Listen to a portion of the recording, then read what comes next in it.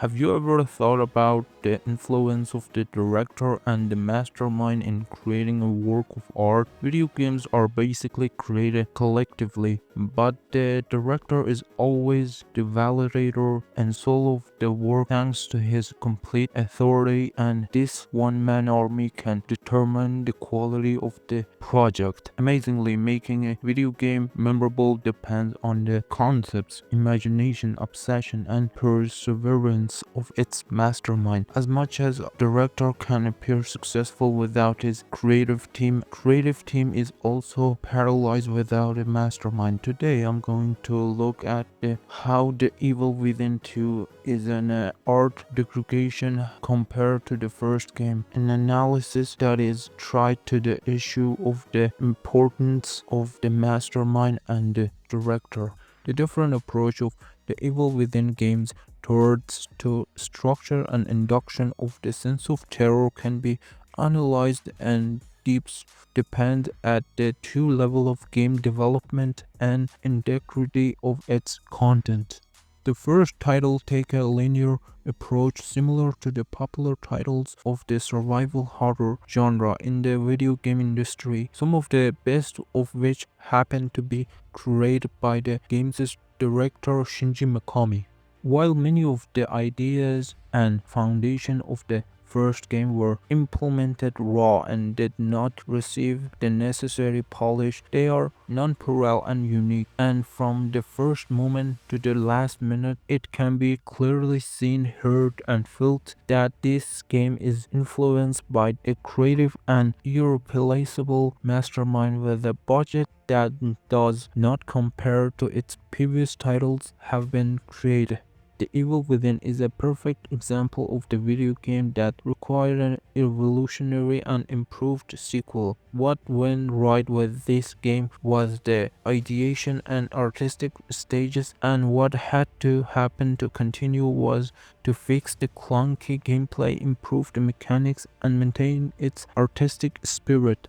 As a result, however, a man named John Jonas took over the second game and did his best to make it difficult for the studio members in a vain way. The Evil Within 2 is a wandering work whose structure is at odds with the design of its stages, a gameplay based on the mechanics of the first version, and as a result, the surprising underutilizing Resident Evil games, a work that despite its game-driven structure and full of potential is presented through scenarios and so-called psychopathic horror museums. Psychological fear museums means events that occur in front of the audience's eye, but they cannot influence their occurrence and are merely pre-attempted events. The mechanics, weapons, and elements designed to stand out in the player's encounters and strategies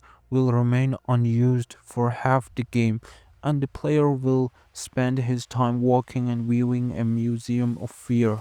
The structure of the work is also not integrated. The game in the first half is more intertwined with open world elements and provides the player with a small town to explore. As a result, from the early hours of the experience, there is a platform for the use of gameplay elements, and the game shows the natural of its mechanics, which are based on conflict, strategy picking, and exploration. In general, there is a meaningful interaction between the game and the player in the first half, but suddenly from the middle of the experience the stages become linear and sometimes interaction gives way to the watching. It is at this point that the Evil Within 2 gameplay loses existential meaning. Tango Gameworks' decision to radically transform the structure of the TEW in the second game is a source of surprise and confusion. While the first game was mechanically raw in its linear structure and should have matured with a sequel, suddenly the development team adopted a combination of open world and linear scenarios that are now absolutely raw, presenting a small open environment that can be explored art. Although it's never evoked a sense of horror in a tight and dark environment, it does not necessarily contradict a horror effect. But the issue is that choosing an open structure for a small studio like a Tango, which has not yet mastered the linear scenarios, was not a decision of anywhere. In terms of artistic direction, The Evil Within 1 is more based on a horror principle that uses simplicity and unblemished facades to its advantage. A man in a mask and a chainsaw, a gigantic man with a tall sage head and aprons, and a woman with a long hair and deformed body. These monsters seem to have been seen many times in different mediums, but they still have their own identity and can carry the burden of a video game's key monster on their own. A simple, even stereotypical design with a detail such as a blood punch or dirty bloody apron suddenly take on a horrible theme. In contrast, The Evil Within 2 relies on a fantasy horror elements above all else. Enemies on a fire, zombies whose eyes are like red lights, and bosses who generally have both fantasy-like body language and appearance. What should be obvious to any audience is that The Evil Within 1 is not only built with a unique vision, but also the environment and enemies are designed with a certain obsession. Sometimes after the first title, the production of the second version began and ended in less than 2 years. And unfortunately, the rush in the production process clearly shows itself during the experience of a game, as if the second game has not gone through a fruitful pre-production, and the obsession and sensitivity that we witness in directing the first version no longer exists. The design of most of the environments and its enemy does not have the details and small twists that distinguish them from the stereotypes of the horror genre and create an atmosphere. The choice of an ordinary American city as the setting for the narrative of much of the game doesn't help neither. Many of the game's monsters and bad guys don't have the strength to stand on their own 2 feet artistically, and that's the main reason why they're not drawn under a creative perspective. Of course, there are exceptions to this. Stefano, the main villain of the first half of the game, is both curious and somewhat memorable, not only because of his physical design, but also because of his terrifying actions and his crazy interpretation of art. And the creators have succeeded in portraying the character's creative murders in this part of the game. On the other hand, the first monster we encounter, the Guardian, also has a special design, but when you encounter it more than 3 more times in the open world, it loses its mysterious and influential aspects completely. This is another consequence of pushing a small team towards open world titles. The strength and permanence of the events, concepts, characters, and environments of the work of art depends on the two-way relationship between a background and on its appearance. The appearance of a monster in a horror game must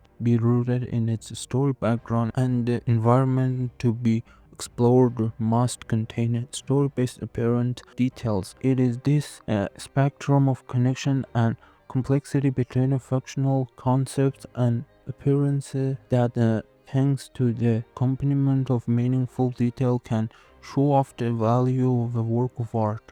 The halved enemies in the TEW1 were multi-personal humans, enemies who stood in the way of you in the blue zones, humans who were drowned in a stem, and the mismatched monster with a cross-shaped weapon on its back. Trauma is indirectly connected to Rovik's religious beliefs. The environments and enemies are full of detail that have a narrative meaning, and these things make up the atmosphere of the world. But in TEW2, such a level of obsession and precision is not found. Although the gameplay isn't as raw as the first game, neither the background and appearance of the enemies is presented in the form of some kind of meaningful two-way relationship, nor is the game sufficiently dealt in the background of negative character or characters for us to recognize or relate to them. with a lengthy introduction to each main scenario and a greater tendency toward psychological fear. The Evil Within 2 seems even a bit pretentious and hypocritical in the narrative field, wanting to be more personal and in depth than the first game. But when we get into the details, its hollowness is clearly felt and its plots fall apart. I know why, because the distance between the decisions and artistic obsession, the Evil Within 2 and Evil Within 1 lies in the difference in genius between John Jonas and Shinji Mikami.